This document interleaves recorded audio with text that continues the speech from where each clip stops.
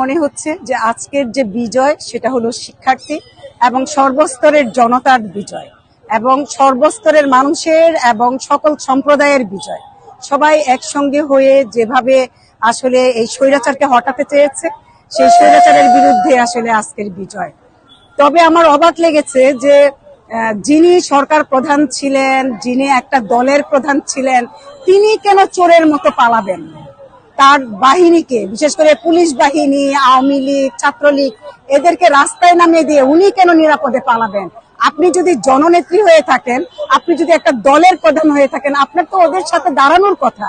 আপনি কি করেছেন? প্রধান আপনার আত্মীয় স্বজনদেরকে পাঠিয়ে দিয়েছেন বাইরে, এখন আপনি নিজে চলে গেলেন নিরাপদে। তার মানে এই যে আজকেও যে আমার 2 সন্তান মারা গেল, এই যে শহীদ মিনার আপনি দেখেন, এই শহীদ মিনারে 2টি লাশ আনা হয়েছে, বিশ্ববিদ্যালয়ের শিক্ষার্থী। তাহলে এই যে কেন আপনি এই লাশের খেলাটা খেললেন, কেন এই রক্তাক্ত করলেন সারাটা বাংলাদেশ? শুনেন, আমি একটা কথা বলতে চাই আপনাকে, আমাদের দেশের মানুষ, বাংলাদেশের মানুষ কোনোদিন ক্ষমা করবে না। প্রতিটি রক্তের ফোঁটার, আপনি যতই পালিয়ে যান না কেন, প্রতিটি রক্তের ফোঁটার বিচার এই বাংলাদেশে হবে, প্রতিটি আঘাতের বিচার এই বাংলাদেশে হতেই হবে। আপনি পালিয়ে যাবেন কোথায়? বিশ্বের যে কোনো দেশে আমাদের মানুষ আছে, জনগণ আছে, জনগণের পক্ষের মানুষ আছে। আমি আশা করি আপনার এই বিচার করবে। আপনি যদি একটা রাজনৈতিক দলই করে থাকবেন, আপনি যদি জনগণকে নিয়ে রাজনীতি করে থাকবেন, তাহলে জনগণকে কেন ধ্বংসের মুখে ঠেলে দিয়েছেন?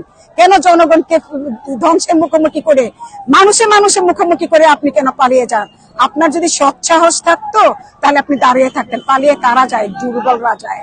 যাই হোক, আজকের আমি পুলিশ বাহিনীকে আরেকটা কথা বলতে চাই, এই যে আজকে আমাদের 2 সন্তানের যে লাশ ফেলে দিলেন, কার জন্য, কিসের জন্য? আমাদের চোখের সামনে 2টা লাশ পড়ে গেল, এটা কিভাবে মেনে নেওয়া যায়? মেনে নেওয়া যায়? এই পুলিশ বাহিনীকেও বিচার করতে হবে, ছাত্র লীগেরও বিচার হতে হবে, এবং যারা যারা এই হত্যাকাণ্ডের সাথে জড়িত, আমি প্রতিটি হত্যাকাণ্ডে এবং আমার সন্তানকে, আমাদের জনগণকে যারা আঘাত করেছে, প্রতিটি আঘাতের আমি বিচার চাই। এই বিজয়ী আমাদের বিজয় না।